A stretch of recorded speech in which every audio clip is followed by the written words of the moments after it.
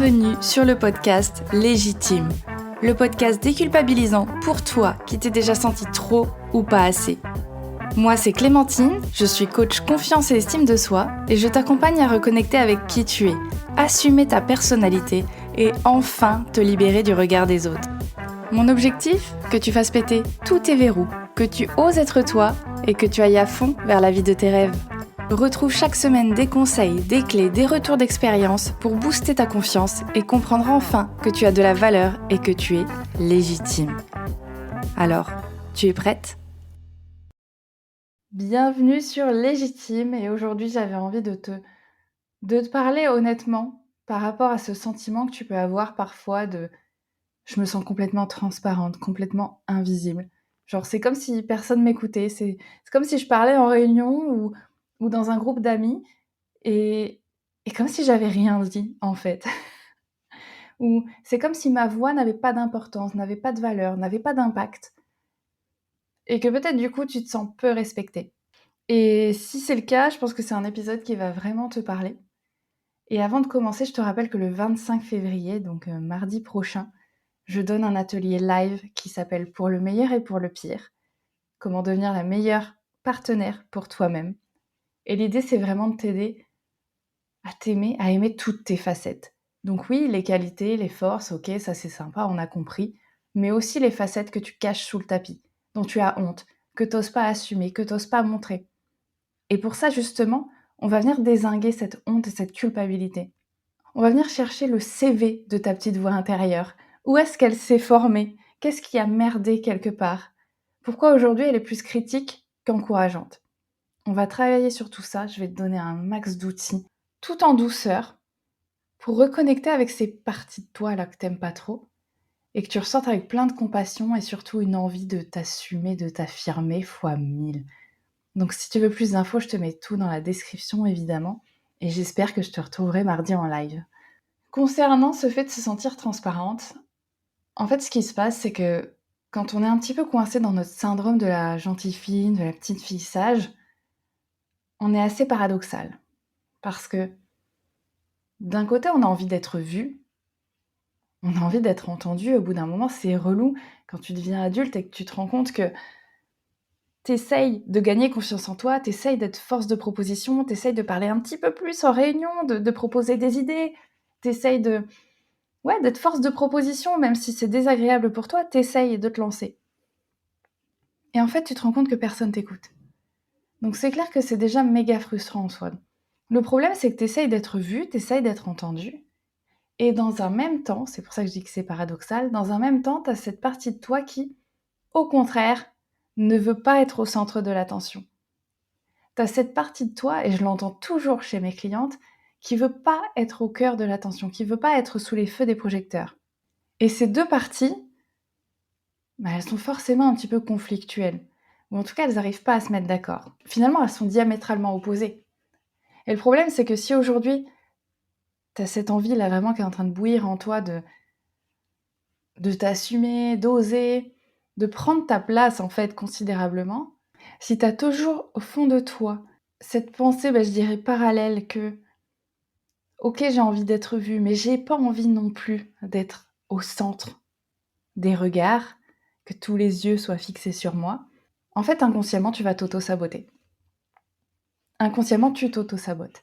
Parce que ça va se retranscrire derrière dans tes comportements, dans ton discours, dans ta posture. Tu vas être constamment dans ce paradoxe. Par exemple, tu vois, dans tes comportements, imaginons que ça y est, tu te dises « Allez, je vais tenter de porter cette tenue-là, ce petit blazer rose que j'adore. » Tu remarqueras que j'utilise toujours cet exemple, mais c'est parce que moi aussi, j'ai mon blazer rose et que j'ai mis du temps à oser le porter. Mais tu te dis « Ok, c'est bon, je vais porter mon blazer. » Donc, t'arrives à avoir le courage de le porter. Parce que oui, ça demande du courage d'oser se montrer. On est bien d'accord. Mais ça y est, t'arrives à avoir ce courage-là. T'arrives en soirée ou au bureau comme ça avec ton blazer. Et là, ce que tu vas faire, c'est que d'un coup, ça va être inconfortable. D'un coup, ça va être inconfortable parce que t'as cette autre petite voix qui va venir te dire « Meuf, alerte rouge, tout le monde te regarde. » Et comme tu pas envie d'être au cœur de l'attention, qu'est-ce que tu vas faire? En fait, ton blazer, tu vas peut-être l'enlever et le mettre sur ta chaise, ou aller l'accrocher au porte-manteau, ou le cacher un petit peu quelque part, ou juste le porter sur ton bras, mais plus le porter avec assurance. Ou peut-être que tu vas continuer à le porter, mais que c'est au niveau de ta posture que ça va bouger. Tu sais, ce moment où t'es pas à l'aise, où tu vois, si t'as mis une robe un peu moulante ou un peu courte, t'es pas à l'aise et tu vas avoir tendance à baisser la robe, tu vois, la rebaisser constamment, remonter les collants, le blazer, tu vas essayer de le fermer ou de le cacher un petit peu, ou tu vas avoir les épaules qui se referment vers l'intérieur. En fait, tu vas tout faire pour te cacher. Malgré tout, malgré le flashy du rose, tu vas tout faire pour te cacher. Et ça envoie des messages contradictoires. Ça envoie vraiment des messages contradictoires parce que d'un côté, on se dit: «OK, la meuf, elle a son style quand même bien à elle, elle ose mettre de la couleur, donc elle a envie d'être vue» et en même temps, elle a un comportement où elle va pas vers les autres, où elle se cache limite dans un petit coin derrière la plante verte, ou alors elle est assise là dans un fauteuil, elle bouge pas, elle boit son verre et elle interagit pas trop. Ou alors quand on la regarde, elle détourne le regard, c'est un peu bizarre quand même. Et tu vois, c'est ça qui te rend déjà qui peut te rendre transparente. En fait, c'est vraiment ce paradoxe entre cette envie, je sais qu'elle est là au fond de toi, franchement, je sais à quel point elle est là parce que je l'ai eue cette envie-là. Je crois que je t'en ai parlé dans un autre épisode où vraiment où avant j'avais envie d'être vue, alors où j'avais une période où j'ai tout fait pour être vue, mais en face, j'étais tellement pas à l'aise avec le fait d'être vue, d'être réellement vue, je faisais tout pour me cacher derrière. J'assumais pas derrière, j'étais en panique en fait. Parce que finalement, c'était pour moi vraiment une grande source de vulnérabilité d'être vue. Ça venait enlever un petit peu ma carapace, ça venait enlever, ouais, toutes les couches d'oignon un peu de la fille blessée, de la fille qui a pas confiance en elle, qui a pas une belle estime. Ça venait tout enlever, en fait, ça me mettait face à moi-même, c'était un vrai miroir et j'étais pas prête à me voir moi-même. Tu vois, c'est terrible parce que je te dis ça, je le réalise. J'en avais conscience, mais des fois, on se répète les mots et là, d'un coup, on prend vraiment conscience. Mais en fait, c'est ça, j'étais pas prête à me voir moi-même. Donc, comment je pouvais supporter que les autres me voient si moi, j'étais pas prête à me découvrir, tu vois? C'est mon Dieu. Et bref, donc c'est vraiment ce paradoxe qui fait que ça te bloque et que tu te sens transparente parce que ça a un impact énorme sur la façon dont tu te comportes. Tu vois, je vais te donner un autre exemple. Bien souvent, quand on est cette petite fille sage là qui veut pas trop sortir des clous ou qui a trop peur de créer du conflit, au moindre désaccord, je voyais, j'ai vu ça dans une vidéo, cette image de l'aimant. Tu sais, on a cette envie justement d'être un petit peu magnétique. On a envie d'attirer les gens vers nous. Toujours cette envie de: «Putain, mais regardez-moi, regardez qui je suis, s'il vous plaît. Regardez-moi pour prouver que j'existe en fait et que je suis pas juste un mirage». Donc on a envie d'être magnétique, on a envie d'attirer les gens vers nous. Et le problème qui se pose, mais le problème c'est que justement c'est comme un magnète, c'est comme un aimant. Un aimant, ça a 2 faces. C'est-à-dire que tu vas attirer des gens, mais tu vas forcément repousser autre chose, tu vas forcément repousser d'autres personnes. Et ça, tant que tu ne l'intègres pas, ça ne marchera pas. Parce que si tu essayes d'attirer tout le monde, en fait, c'est là où tu vas devenir chiante, c'est là où tu vas devenir inintéressante, c'est là où tu vas devenir invisible ou en tout cas pas mémorable. Et je sais que c'est violent encore une fois comme propos, mais c'est la vérité. À force de vouloir se lisser, à force de vouloir, ouais, rendre une image lisse et une image agréable et une image facile à vivre, en fait, on devient chiante. On devient chiante. Je t'explique. Quand on va te demander ton avis sur un sujet et que tu prononces rien ou que tu vas toujours dans le sens des autres, bah, c'est plus très intéressant de discuter avec toi parce que finalement, tu es d'accord sur tout. Donc il y a pas vraiment de challenge dans la discussion. Sans parler de débat, hein, je veux dire, tu peux parler d'une série. Là, par exemple, en ce moment, c'est, Bref 2 qui est sorti. J'ai pas encore regardé, alors pas de spoiler, mais Tu vois déjà qu'il y a des avis différents. Il y en a qui adorent, il y en a qui n'aiment pas parce que c'est complètement différent de la première saison. Bon, heu, si toi tu as pas aimé ou que tu as adoré, peu importe finalement, et que la personne en face de toi, c'est le contraire, tu sais que ça va pas créer un conflit, ça va pas te rendre détestable d'avoir une opinion différente. Au contraire, en fait, c'est ça qui va animer la discussion. C'est ça qui va faire que ça va être intéressant de comprendre les différents points de vue. C'est ça qui va créer, bah, voilà, du questionnement, des remarques, peut-être que vous allez même réussir à trouver un terrain d'entente. Même si c'est pas forcément l'objectif, peut-être que vous allez être d'accord sur certains points, sur certaines valeurs de la série ou quoi que ce soit.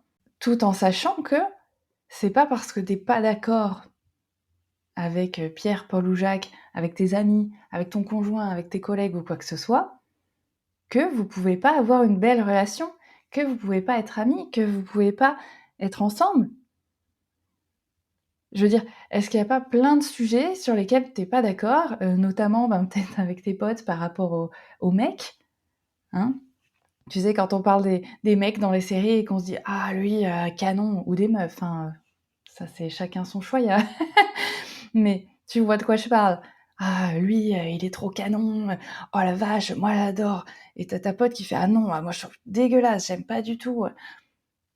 Bon, bah, c'est pas pour ça que vous serez pas amis, mais au pire, c'est marrant de comprendre: «Ah ouais, toi tu bien les ce genre de mec? Ah ouais, bah, pas moi, moi je préfère ah ouais, je te voyais pas comme ça. Bon bah OK, c'est cool» et fin de l'histoire en fait. C'est pas parce que tu partages pas la même opinion que ça va forcément empêcher une relation. Loin de là.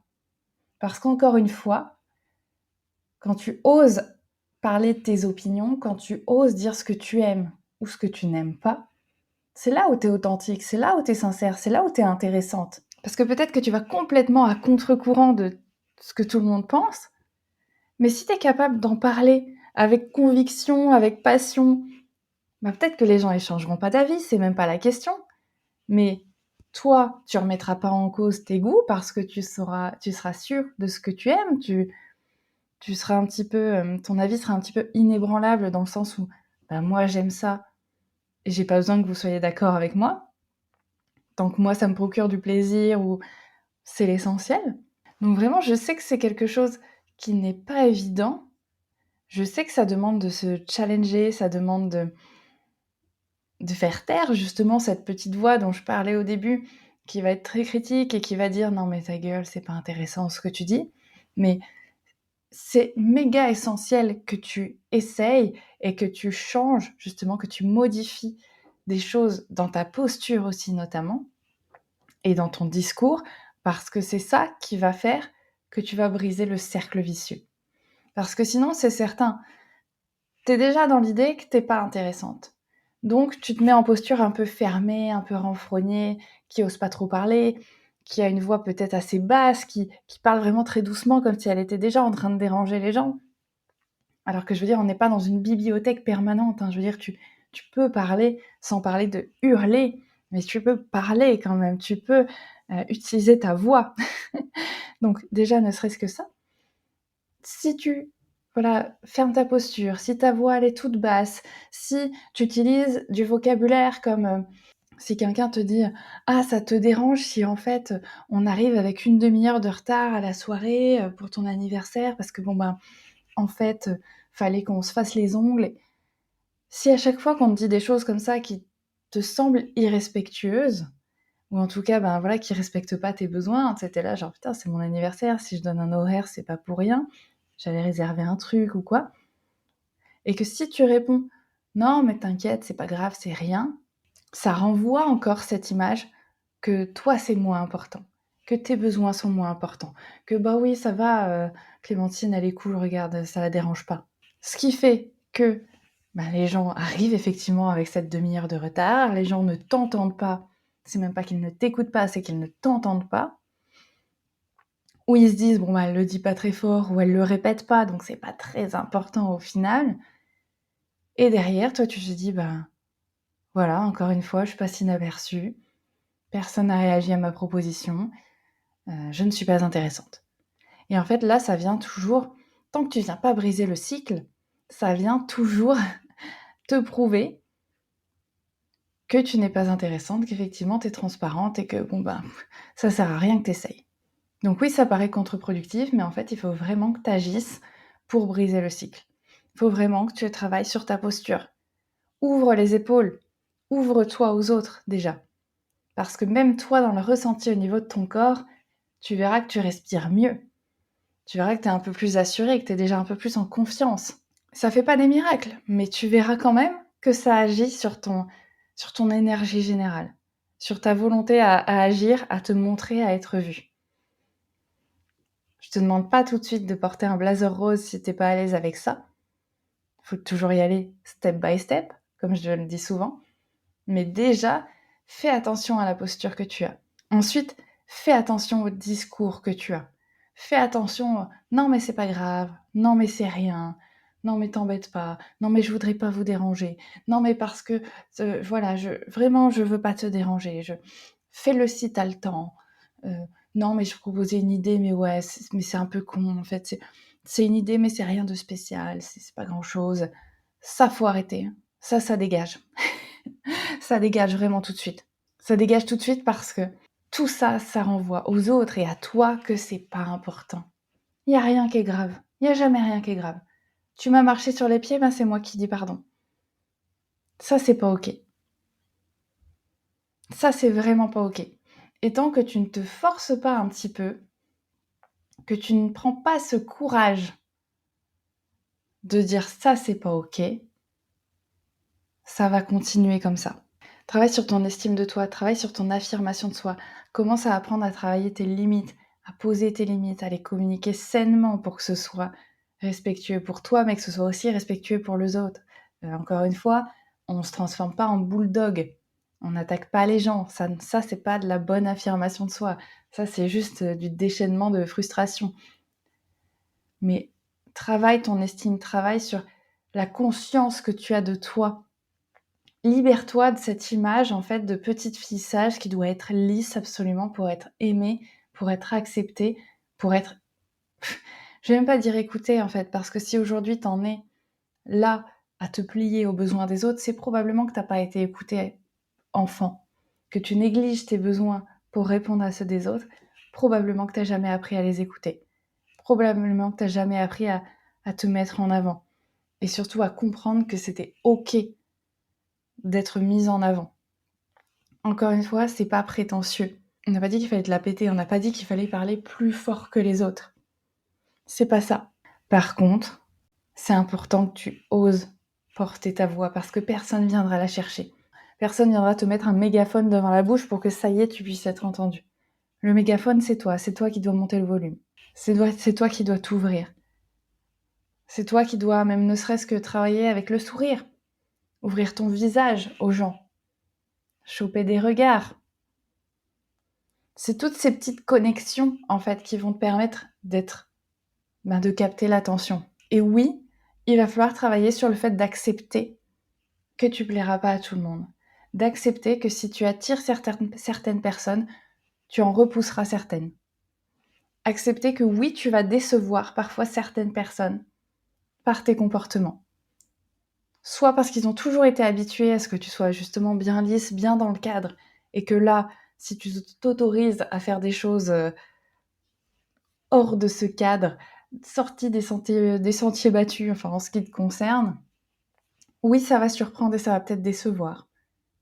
Mais tu vois, j'en parlais l'autre jour sur Instagram, je crois que si tu déçois parce que enfin t'as osé exprimer qui t'étais vraiment, parce que enfin t'as osé parler pour toi, parce que enfin tu t'es mis en priorité pour une fois, ben je crois franchement que c'est carrément OK d'accepter cet inconfort, parce que derrière tu vas y gagner un confort considérable qui s'appelle la liberté et surtout la sérénité, la légèreté d'être soi. Quel bonheur de pouvoir être soi et de se dire que ouais, peut-être je vais décevoir certaines personnes, mais en fait moi je suis tellement au clair avec moi-même et moi ça me fait tellement du bien d'être moi-même après toutes ces années où j'ai masqué, où j'ai minimisé, où j'ai réfréné un petit peu ma personnalité, que j'accepte de décevoir.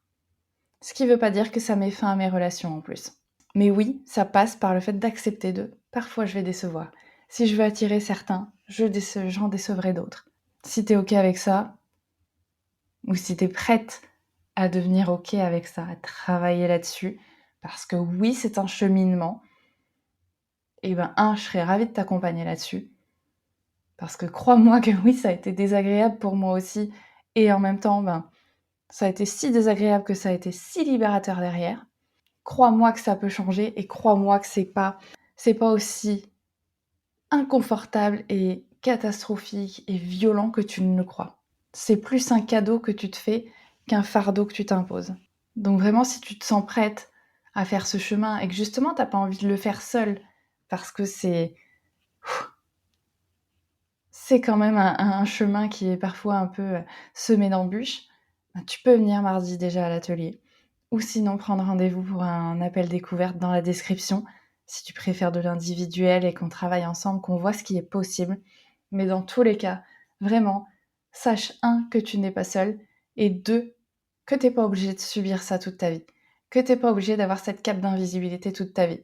Mais que pour que ça change, il faut que toi, tu prennes la décision de la retirer, cette cape. Que toi, tu acceptes d'allumer la lumière sur toi. J'ai pas demandé d'allumer les spotlights. T'es pas obligé d'être constamment sous les feux des projecteurs.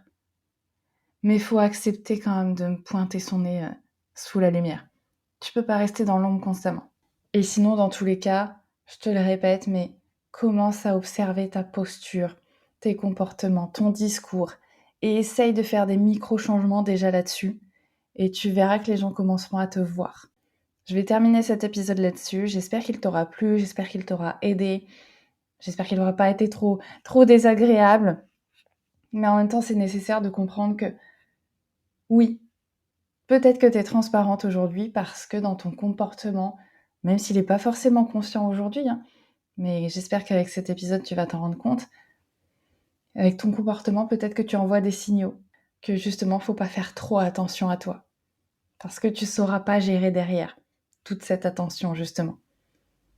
Donc, commence à observer tes comportements, ton discours, pour voir qu'est-ce qu'il en ressort et à quel point tu es prête et tu es capable aujourd'hui à accepter qu'on te voit un petit peu. Je te dis peut-être à mardi, ou sinon à la semaine prochaine sur Légitime, et prends soin de toi, enlève ta cape d'invisibilité.